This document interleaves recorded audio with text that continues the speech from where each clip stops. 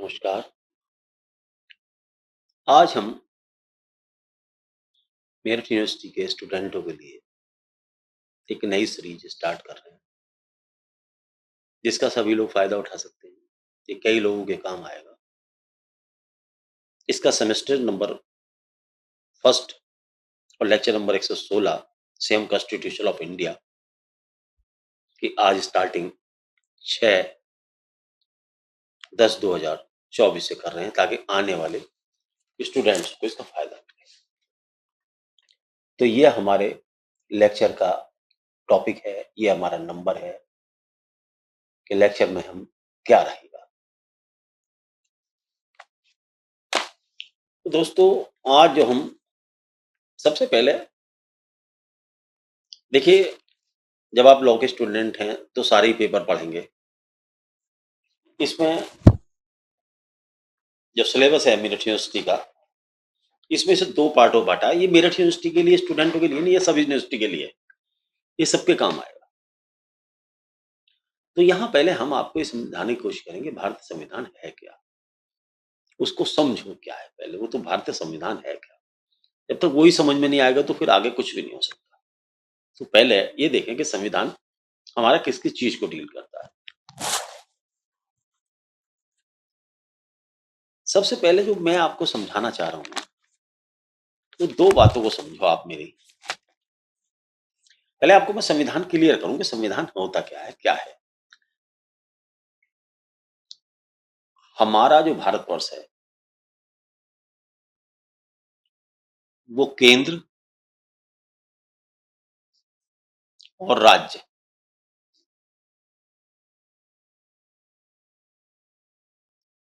जो राज्य हैं उनसे मिलकर एक समूह बना और उसमें एक केंद्र बनाया गया। उस केंद्र और राज्य के बीच में, अर्थात एक सरकार केंद्र में काम करेगी जो पूरे इंडिया को गवर्न करेगी, देखेगी, और एक सरकार राज्य में काम करेगी जो राज्य की व्यवस्था का देखेगी। जब केंद्र की सरकार रहेगी तो केंद्र की सरकार क्या शक्तियां यूज करेगी, उसके पास क्या होगा। तो केंद्र प्रकाश के पास क्या होगा, केंद्र सरकार के पास जो है, सबसे पहले केंद्र सरकार के पास एक विधान बनाने वाली संस्था होगी जो कानून बनाएगी। तो वो क्या है, हमारी संसद है। संसद में कितने सदन है साहब, लोकसभा, राज्यसभा।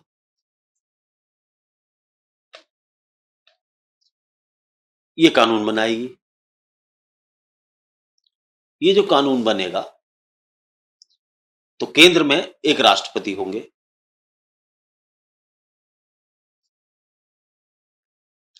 राष्ट्रपति सारे के सारे जो कानून संसद बनाएगी, वो अपनी कार्यपालिका,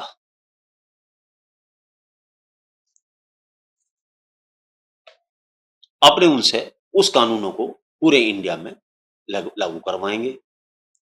लेकिन उस कानून की सुरक्षा, जो कानून बने हैं वो सही हैं, गलत हैं, पब्लिक के फायदे के हैं या नहीं है, उनके क्या राइट्स हैं, क्या है, पब्लिक के क्या वो हैं, उनको देखने के लिए, उस पर पूरी व्यवस्था करने के लिए पूरे इंडिया के लिए एक उच्चतम न्यायालय का गठन किया जाएगा।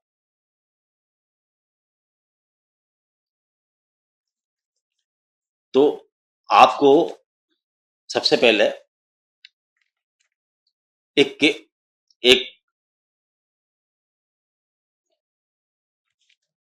केंद्र की सरकार होगी, उसके पास उसकी संसद होगी, उसकी लोकसभा होगी, उसकी राज्यसभा होगी, एक राष्ट्रपति साहब होंगे केंद्र के, और एक उच्चतम न्यायालय होगा जो समस्त न्यायालय के कामों को, जितने भी राज्य के अंदर न्यायालय हैं या जहां भी कोई फंडामेंटल मूल फंडामेंटल राइट्स के बारे में कोई प्रॉब्लम्स है तो उनको डिसाइड करने के लिए उच्चतम न्यायालय होगा। इनको बृहत रूप में बाद में पढ़ाया जाएगा। पहले आपको हम छोटे स्तर से पढ़ाएं ताकि आपको समझ में आ जाए कि पहले ये समझ लें कि हमें है क्या। जिस प्रकार से हमने केंद्र में बताया ये कि केंद्र में एक संसद होगी, उसमें एक राष्ट्रपति साहब होंगे, केंद्र में एक उच्चतम न्यायालय होगा जो समस्त कोर्टों को, जो इंडिया में कोर्टे हैं उच्च न्यायालय, उनके ऊपर अपना कस्टोडियन होगा, उन सब के कार्य को वो वॉच करेगा। तो इस तरीका से एक केंद्र में सरकार, एक तो केंद्र में सरकार होगी। जिस प्रकार केंद्र से सरकार होगी उसी प्रकार राज्य की भी व्यवस्था होगी। राज्य में जैसे इसका इसका सिस्टम था ऐसी इसका सिस्टम होगा। राज्य की सत्ता में क्या है, एक विधानसभा होगी, एक मतलब विधानमंडल होगा जिसके अंदर एक विधानसभा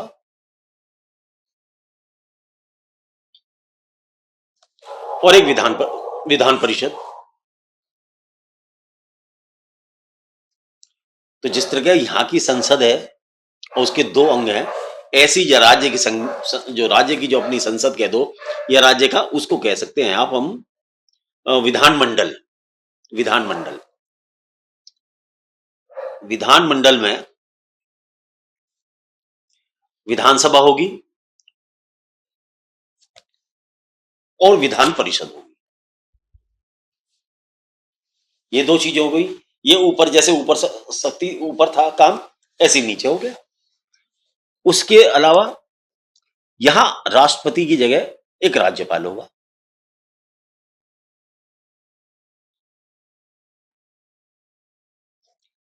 ये राज्यपाल अगर केंद्र शासित प्रदेश में होगा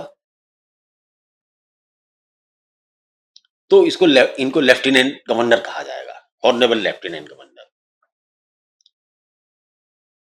इसी तरीके से राज्य के सारे कार्यों को देखने के लिए पूरे राज्य में जितने जिले हैं, एक राज्य है मान लो यूपी, तो उसके जितने जिले हैं उनके ऊपर एक उच्च न्यायालय होगा।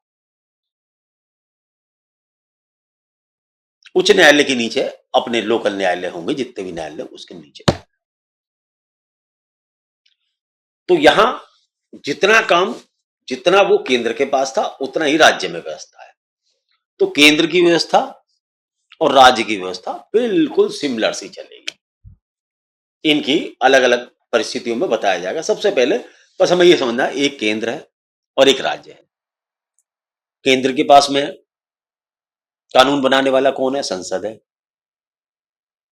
संसद दो पार्ट है उसके, लोकसभा और राज्यसभा। केंद्र में एक राष्ट्रपति है, राष्ट्रपति साहब हैं। राष्ट्रपति साहब क्या है, जो ये कानून लगवाए हैं ये अपने कर्मचारियों के मातहत से उस कानून को पूरे इंडिया में लागू कराएंगे।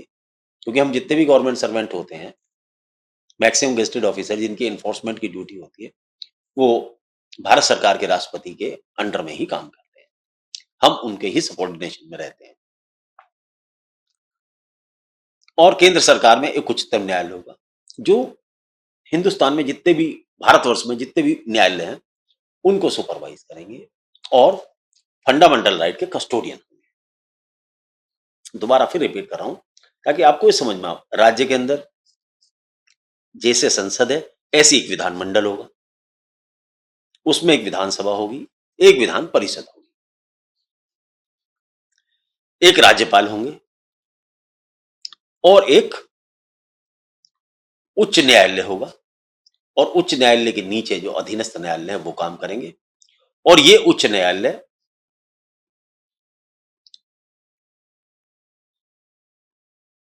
उच्चतम न्यायालय के सब अधीन होंगे, अर्थात होंगे तो इंडिपेंडेंट, अपना काम अपने आप करेंगे, लेकिन फाइनल निर्णय जो होगा वो उच्चतम न्यायालय का होगा। जो निर्णय उच्चतम न्यायालय देगा, जिस लीगल पॉइंट्स पर उच्चतम न्यायालय जो कहेगा वो मान्य होगा। लेकिन ऐसा नहीं कि अगर वो बात सही है तो उच्च न्यायालय की बात को उच्चतम न्यायालय भी तायीद करेगा। तो सबसे पहले हमें केंद्र को समझना है कि हमारे देश में केंद्र क्या है और राज्य क्या है। अब इसी में से फिर निकलेगा जब हम आगे चलेंगे तो फिर थोड़ा सा इस वृक्ष को और बढ़ाएंगे। संसद में जो लोकसभा होगी उसमें एक जो शहर से जितने भी लोग चुन के आते हैं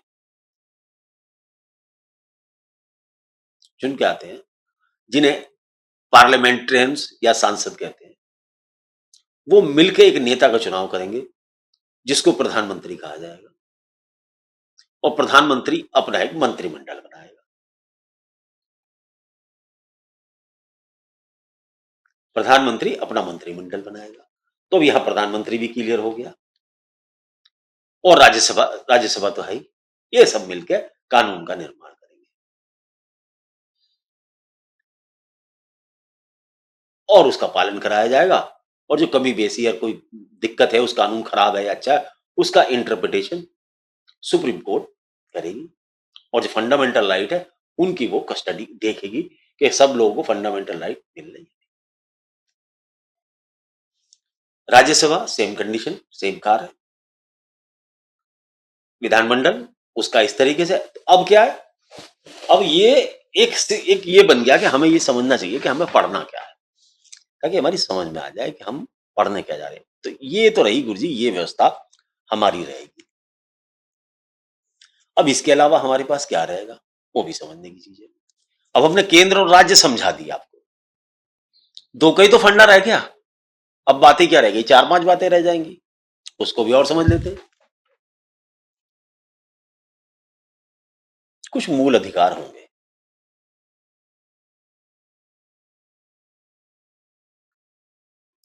मूल अधिकारों को, यहां पर हम संपत्ति के अधिकार की बात नहीं करेंगे। 6 अधिकार दिए जाएंगे जिनके custodian honourable supreme court of India.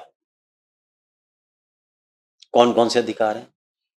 समानता का अधिकार, स्वतंत्रता का अधिकार, शोषण के विरुद्ध अधिकार, धर्म स्वतंत्रता का अधिकार, संस्कृति शिक्षा का अधिकार और संवैधानिक उपचारों का अधिकार। तो सबसे पहले हमारे जितने भी नागरिक होंगे, हमारे यहां एक नागरिकता होती है, राज्य की और केंद्र की अलग अलग नागरिकता नहीं होती। तो जो इंडिया के किसी भी जिले का नागरिक है वो सब जगह का नागरिक होगा। जो इंडिया के एक जिले का नागरिक है, एक गांव का नागरिक है या एक कस्बे का नागरिक है, वो पूरी इंडिया का नागरिक होगा। नागरिकता में सेंट्रल और स्टेट में डिस्ट्रीब्यूशन नहीं है। तो ये मूल अधिकार होंगे जो हमारी जनसंख्या नागरिकों को दिए जाएंगे, जिनका जिक्र आर्टिकल 14 से लेकर आर्टिकल 35 में इंडियन कॉन्स्टिट्यूशन में किया गया है। भारत संविधान की कुछ विशेषताएं हैं जिनको जिक्र आर्टिकल 18 से लेकर 28 तक में किया गया। तो भारत संविधान की क्या विशेषताएं ये भी बताई जाएंगी, आपको धीरे धीरे बताई जाएंगी। आज हम आपको खाका खींच रहे हैं कि हमारा है क्या संविधान में। बहुत बड़ा ये समझते ना, बहुत बड़ा है कुछ नहीं, अगर आप समझ लेंगे सही तरीके से करेंगे तो ठीक है। देखिए यहां हम जो तैयारी कर रहे हैं वो एग्जामिनेशन ऑफ पॉइंट और स्टूडेंट के लिए काम कर रहे हैं। वो समझें, भागे नहीं संविधान से, डर के भाग जाते हैं लोग देख के किताब। कुछ मिक्स नहीं है इसमें, बस समझने की बात है। तो मूल अधिकार, ये 6 मूल अधिकार मैं सिर्फ 6 बता रहा हूं। संपत्ति वाला जब अपनी जगह आएगा तब बताया जाएगा।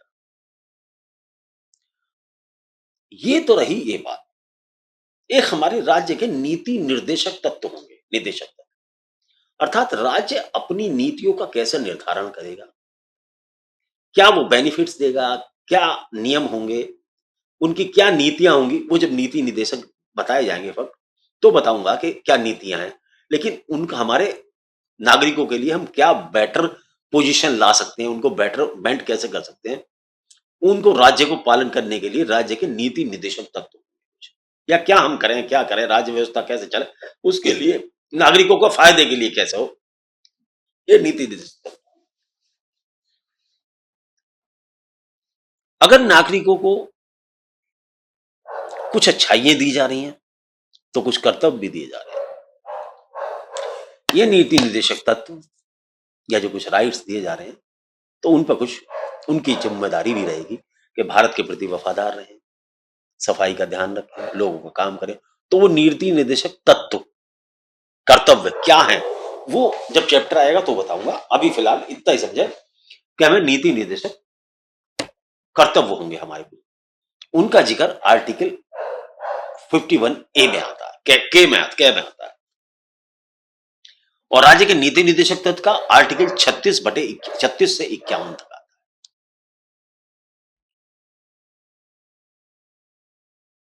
मैं तो आपको पूरा ही कॉन्स्टिट्यूशन समझाऊंगा। पेपर में तो आपका 2 टुकड़ों में है, आधा इधर आधा इधर। मैं पहले वो समझाता हूं आपको। मैं हाँ चलो, मैं समय नहीं खराब करता, काम पे बात करते हैं। सर टाइम फोकस करो काम पे।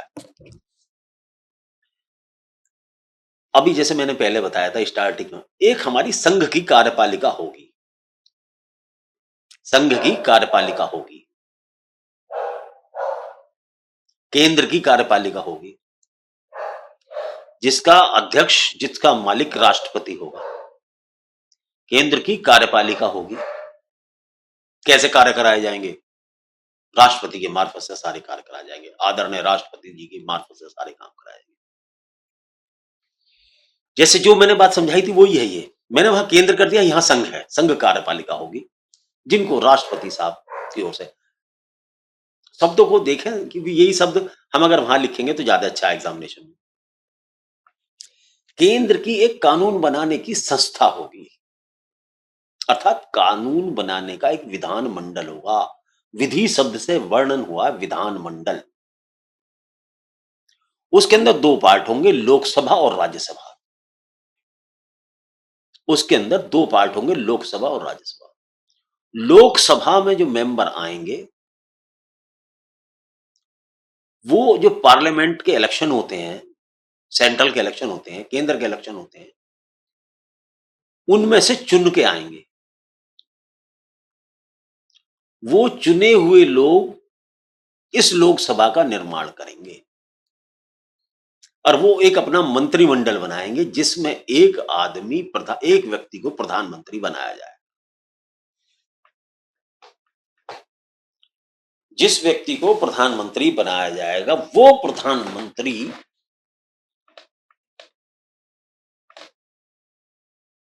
और ये राज्यसभा, एक लोकसभा और राज्यसभा मिलकर हमारे लिए कानून बनाएंगे। और राष्ट्रपति महोदय हमारे प्रधानमंत्री की जो कैबिनेट है उसकी सलाह पर कार्य करेंगे। राष्ट्रपति हमारे साहब सर्वोच्च हैं। हमारे आदरणीय अंबेडकर साहब की खासियत यह रही कि उन्होंने संविधान को इस तरीके से बनाया कि कोई इसका सर्वे सर्वा हो ही नहीं सकता। इसका सर्वे सर्वा कोई नहीं हो सकता। गजब की क्वालिटी लेकर बनाया गया संविधान। आगे जब बात करेंगे, विशेषता वगैरह पढ़ाएंगे तो सारी बताएंगे, लेकिन यहां हम कुछ और बात समझाना चाह रहे हैं आपको। तो जितना भी अंबेडकर साहब और उनकी टीम की जितनी तारीफ की जाए, अगर कॉन्स्टिट्यूशन पढ़ाया जाए और आदरणीय श्री B.R. अम्बेडकर साहब की बात ना की जाए तो सब घरा कराया बेकार है। तो सर केंद्रीय विधानमंडल एक तो हो गई संघ की कार्यपालिका, उनका अध्यक्ष राष्ट्रपति साहब। एक हुआ केंद्रीय विधानमंडल अर्थात कानून बनाने वाली संस्था। उसमें लोकसभा और राज्यसभा आर्टिकल 79 टू 122, संघ कार्यपालिका राष्ट्रपति वाली section 52 to section 78, sorry section निकला, आर्टिकल्स 52 टू 78। इनके बीच में अभी नहीं, उस पर नहीं आते, जब दूसरे संघ की एक न्यायपालिका होगी, संघ की एक न्यायपालिका होगी जिसका नाम सुप्रीम कोर्ट ऑफ इंडिया कहलाएगा। संघ की एक न्यायपालिका होगी जिसका नाम सुप्रीम कोर्ट ऑफ इंडिया कहलाएगा। इतनी सी बात समझ में आ गई। दोबारा रिपीट करता हूं, हमारे मूल अधिकार होंगे कुछ, हमारे नागरिकों के कुछ मूल अधिकार होंगे, हमारी चुनी हुई सरकारें, राज्य के नीति निर्देशक तत्व जो हमारे संविधान में दिए हुए उन पर चलेंगी। नागरिकों के कुछ मूल कर्तव्य होंगे, जो हमारे नागरिक उन मूल कर्तव्यों का पालन करेंगे। हमारे जो केंद्र सरकार होगी, उसकी एक संघ कार्यपालिका होगी। कार्यपालिका 3 ही सा अंग हैं सरकार के, कार्यपालिका, विधायी पालिका, न्यायपालिका। कार्यपालिका, विधान, विधायी और न्यायी। कार्य, विधायी और न्यायी। कार्यपालिका कार्य से संबंधित, विधायी विधान से कानून से संबंधित और न्याय जस्टिस से संबंधित। 3 ही तो है मामला है, वो प्रॉब्लम ही नहीं है, कुछ भी छोटा सा मामला है। तो क्या हो गया साहब, संघ की एक न्यायपालिका होगी। अब ये सुप्रीम कोर्ट कैसे काम करेगी, कैसे गवर्न करेगी, किस तरीके से कंट्रोल करेगी, क्या क्या उसके वो होंगे, कितना उसका सुप्रीम कोर्ट, ये सब बात की बात है। पर हमें तो स्ट्रक्चर समझना है, हमें ये बिल्डिंग खड़ी कैसे हो रही है इसको समझना है बस। हमें 30 मिनट में हिंदुस्तान के संविधान का, भारतवर्ष के संविधान का, सॉरी हमारा जो नाम है भारतवर्ष का, भारतवर्ष, भारतीय संविधान का बहुत रेस्पेक्टेबल चीज है, जितनी सम्मान की जाए। सबसे पहले संविधान है, संविधान है तो हम हैं, तो बिना संविधान के हमारा भी क्या अस्तित्व है। संविधान है, राष्ट्र है तो संविधान भी है, तो राष्ट्र के लिए संविधान की आवश्यकता होती है। तो मित्रों, दोस्तों, तो 3 चीजें आपको आ गई, अब आपको पता लग गई। मूल अधिकार, राज्य की नीति निदेशक तत्व, मूल कर्तव्य, संघ की एक कार्यपालिका, केंद्रीय विधानमंडल और संघ की न्यायपालिका। अब राज्य पे आ जाओ। जैसे ऊपर 3 काम थे, ऐसे नीचे 3 काम रखे। राज्य की कार्यपालिका, आर्टिकल 153 टू 168, राज्यपाल महाराज, राज्यपाल जी हमारे मालिक, वो किसके नुमाइंदे होंगे, क्या होंगे, वो तब पढ़ाया जाएगा, तब आगे बताया जाएगा। पहले व्यवस्था को समझ लो, ताकि कॉन्स्टिट्यूशन आपके क्लियर हो जाए, पल्ले पड़ जाए कि कॉन्स्टिट्यूशन है क्या। ऐसा ना लगे हवा नहीं है कॉन्स्टिट्यूशन, आम समझे तो कि आदमी नहीं बहुत बड़ा अरे कुछ नहीं है, बहुत पतला सा है, मतलब की बात तो हमें पता लगे पहले। इसमें जैसे उसमें थी, इसकी भी एक कार्यपालिका होगी राज्य की, उसके अध्यक्ष राज्यपाल महोदय होंगे। जिस प्रकार से केंद्रीय विधानमंडल था, ऐसी राज्य का एक विधानमंडल होगा। विधानमंडल की 2 चीजें होंगी, 2 अंग होंगे, विधानसभा और विधान परिषद। विधानसभा में जिस तरीके से उनके इलेक्शन होते हैं सेंट्रल के, इसी तरीके से राज्य के इलेक्शन होंगे। जैसे ऐसे मैं तो ऐसे बताता हूँ, योगी आदित्यनाथ जी का इलेक्शन होता है, ऐसे समझो। इस समय फेमस है, नामी गिरामी सकती है, मायावती जी भी रही हैं और मुलायम सिंह साहब के लड़के भी, उनका भी। तो इस तरीके से जिस तरीके से इलेक्शन हो, उसे उसे विधायक का इलेक्शन कहते हैं। एक होता सांसद का इलेक्शन, एक होता विधायक का। तो इसका नाम विधान है, विधान दोनों का ही है, लेकिन विधायक, विधायक का इलेक्शन। राज्य में विधायक होते हैं और उसमें सांसद होते हैं। तो विधायक का इलेक्शन होता है, उसके लोग एक मुख्यमंत्री को चुनते हैं और वो मुख्यमंत्री अपनी कैबिनेट का निर्माण करता है, जैसे ऊपर प्रधानमंत्री कहलाते हैं।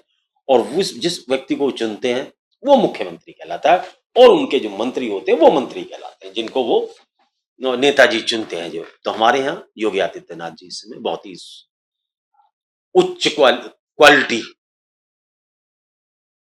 भगवान श्री कृष्ण की तरह काम करने वाले, बुरा न मानना भाई कोई लोग, दुष्टों को नाश करने वाले। तो ऐसे व्यक्ति हमारे, इस तरीके से हमारे एक मुख्यमंत्री जी होंगे, और वो मुख्यमंत्री की सलाह पर राज्यपाल महोदय काम करेंगे। इतनी सी बात समझ में आ गई ना। केंद्र समझ में आ गया, राज्य समझ में आ गया, तो रह क्या गया, 50% आपकी समझ में आ गया, 80% तो संविधान समझ में आ गया। विधानसभा, विधान परिषद। अब यहां भी एक न्यायपालिका होगी, लेकिन ये न्यायपालिका जिला स्तर से और तहसील स्तर से ही चालू हो जाएगी, ध्यान रखो बस। राज्य के अंदर जो न्यायपालिका होगी, वो तहसील स्तर से ही चालू हो जाएगी। तहसील स्तर, जिला स्तर, तहसील स्तर, जिला स्तर और प्रदेश में उच्च न्यायालय स्तर तक आएगी। उसके अंदर कौन कौन से जजेस होंगे, क्या क्या होंगे, वो सब मैं बाद में बताऊंगा।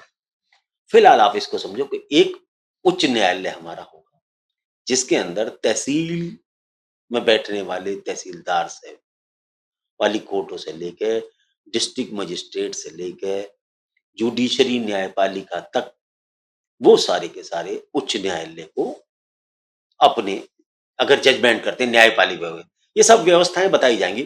तो ये उच्च न्यायालय जो है इनके नीचे अधीनस्थ न्यायालय होंगे जिनकी जिम्मेदारी जवाबदेही उच्च न्यायालय को वो करेंगे और उच्च न्यायालय उच्चतम न्यायालय को करेगा। तो उच्चतम न्यायालय को तो हम अभी लाते ही नहीं, वो बाद में लाएंगे उच्चतम न्यायालय। तो उच्च न्यायालय होगा जो पूरे प्रदेश की हर जिले की और तहसील की न्यायिक व्यवस्था का इंचार्ज होगा और उनकी बातों को सुनेंगे और जजमेंट निर्णय वगैरह काम उनका वो सब पढ़ाया जाएगा आपको। यहां इतना ही समझो। अब थोड़ी सी इसी में ही न्यायपालिका जब पढ़ाई जाएगी आपको तो रिट के बारे में बताया जाएगा। कुछ रिटें होती हैं जिन पावर्स को यूज किया जाता है, वो रिट मैं पढ़ाऊंगा बाद में। उसमें नाम बता देता हूं: बंदी प्रत्यक्षीकरण, परमादेश, प्रतिषेध, उत्प्रेरण, अधिकार परीक्षा। इन सबको मैं आपको टॉपिक वाइज जब आएगा रिट जुडिक्शन वो मैं आपको समझाऊंगा। तो राज्य की न्यायपालिका उच्च न्यायालय कहलाती है। अब एक आती है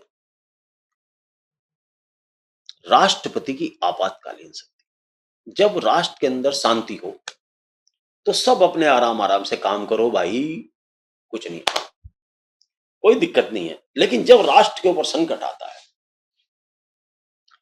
तो इन सब की शक्तियां, हमारे यहां सब राज्य अपने अपने काम करने के लिए स्वतंत्र है, लेकिन एक लिमिट में।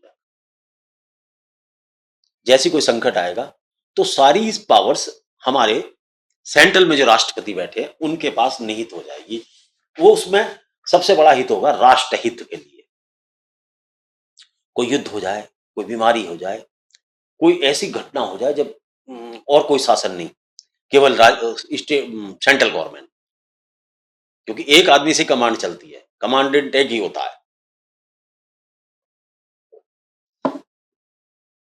उसके नीचे उप कमांडेंट कितने हो? तो हमारे राष्ट्रपति महोदय के पास सारी पावर्स आ जाएंगी, आ जाती हैं। वो 352 से लेकर 360 तक। यहां पर ही एक बात और बता दूं, इस संघ और राज्य के अंदर कुछ शक्तियों का बंटवारा होता है। यह सिद्धांत शक्ति पृथक्करण का सिद्धांत कहलाता है। राज्य की क्या शक्तियां होंगी, सेंट्रल की क्या शक्तियां होंगी, ये एग्जामिनेशन पॉइंट ऑफ व्यू से कभी कभी पूछा जाता है, शक्ति पृथक्करण का क्या सिद्धांत है। तो ये एग्जामिनेशन पॉइंट ऑफ व्यू से बताता चलूंगा ना आपको। अब जरा सा मुझे थोड़ा सा हो रह गया। अब ये समझो, अब ये आपातकालीन उपबंध आ गए तो समझो अभी बहुत सारा आपका संविधान हो गया। अब मैं दो तीन बातें, बहुत फॉर्मल है, अब फॉर्मल है, इसको समझ लिया तो सब कुछ समझ लिया, बाकी तो कुछ है ही नहीं। संघ और राज्यों के कैसे संबंध होंगे, कौन क्या क्या स्वतंत्रता यूज करेगा, किसके क्या नियम और मर्यादाएं होंगी, कैसे उनके आपसी संबंध होंगे, उसके लिए सेक्शन आर्टिकल 245 से 293 तक है। और एक आप जरूर पढ़ें, संघ लोक सेवा आयोग, आर्टिकल 315। और निर्वाचन की क्या प्रक्रिया है, निर्वाचन आयोग क्या होता है, इसको भी हम पढ़ाएंगे।